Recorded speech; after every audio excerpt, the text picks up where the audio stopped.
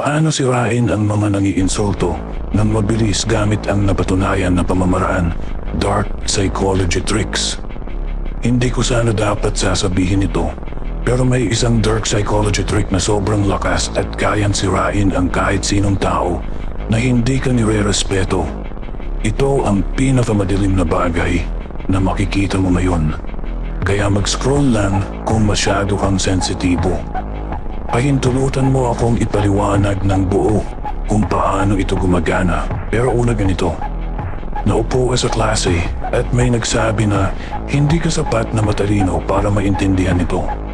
Karamihan sa mga tao ay magiging defensive o babalik ng insulto. Pero malaking pagkakamali iyon, ngunit hindi ikaw. Sasabihin mo, tama ka, hindi ko nga ito gets. Pero ikaw ba? Sapat ba ang talino mo para ipaliwanag ito sa akin? Napakalakas nito dahil sa dalawang dahilan.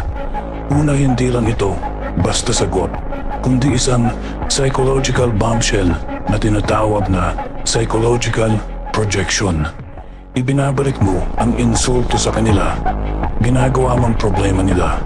Hindi yun sa pamamagitan ng pagtatanong sa kanilang talino.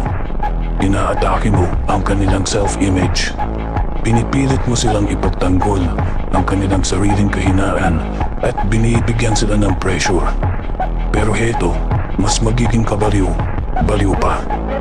Ipapaliwanag ko pa bukas kung paano ito gumagana.